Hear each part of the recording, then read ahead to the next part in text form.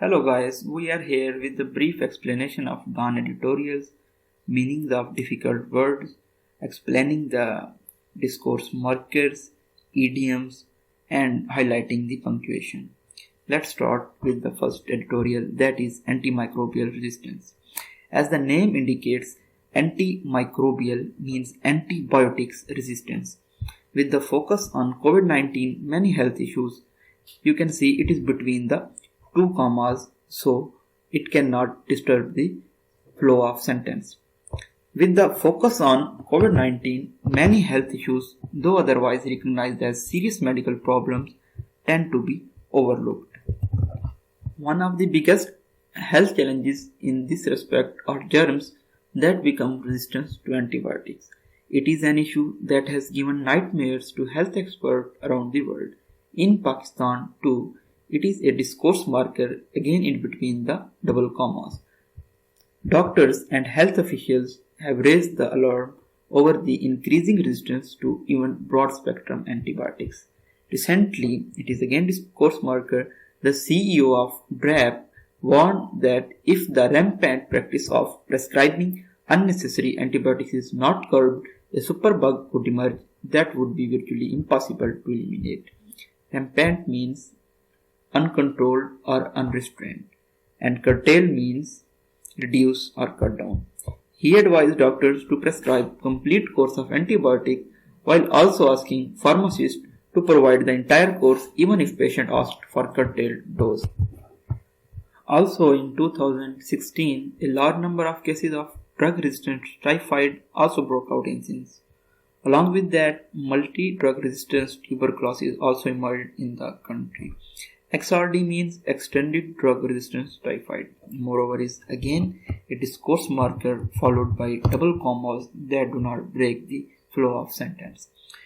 The fact is, according to 2020 Lancet study, Lancet is a very renowned journal, drug-resistant strains of bacterial infection claim at least 7 lakh lives per year around the world.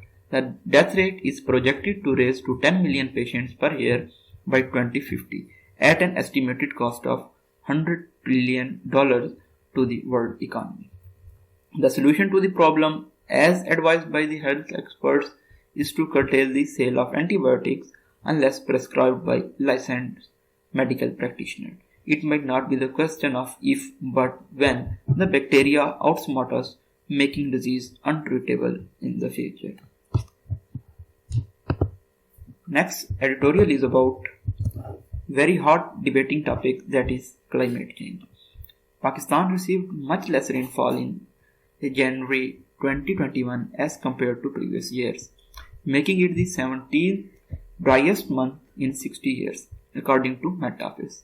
Rainfall in Feb as per Met Office data was not significant either, but the countrywide rain in the January was 59% below the normal, indicating the possible impact of climate change. So it can be concluded that climate is changing. Again, there is discourse marker like still followed by comma. Pakistan is already on the list of 10 nations most affected by climate change in spite of its negligible contribution to greenhouse gas elimination. So here we will see some difficult words, that is conspicuous, which means clearly visible. Drought means an event of prolonged shortage in water supply. Mitigate means to eliminate, and letter and spirit is an idiom which means understanding the real intent. So the government must develop a comprehensive framework linking its mitigation efforts to its industrial, agriculture, energy related and other policies and enforce it in letter and spirit to reverse the impact of fast changing climate conditions. Our next editorial is about Ravi project, the assault by an enraged group of farmers on a provincial revenue team assigned to acquire land for the multi-billion-dollar Ravi riverfront urban development project on Tuesday was unfortunate, but it was expected and may also prove to be a harbinger of worse things unless the government agrees to give the market price of land to the thousands of landowners who would have to relocate because of the ruler's insistence on building a new city on the outskirts of Lahore. Harbinger means indication or signal of worse things. So the poor farmers are apparently not against the project, but they rightfully want a fair market price to help them start over, since the private developers for whom their land is being acquired will be raking in billions of dollars in profit.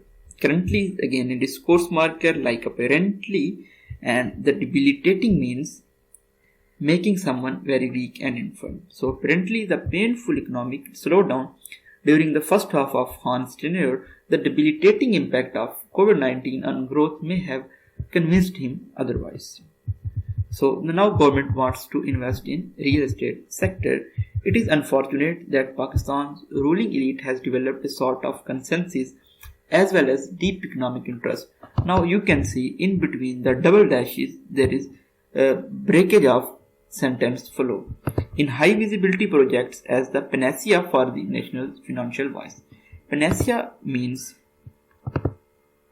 a solution or remedy for difficult situation, and voice means misery, sorrow or distress. Similarly, the sprawling cities means spreading out over a large area in an untidy and irregular way. Now these are the suggestions. If we are to achieve inclusive and sustainable growth, the government will have to change its priorities and start investing in social infrastructure like schools, hospitals, sanitation and water supply, etc. It is time for the government to stop acting as an agent of powerful lobbies and start serving the public at large. It is all about today's Dawn editorial. You can find difficult meanings and you can also see the highlighted idioms, discourse markers, explanation of punctuation. Moreover, you can also find the highlighted PDF version in the link given below. Thank you so much.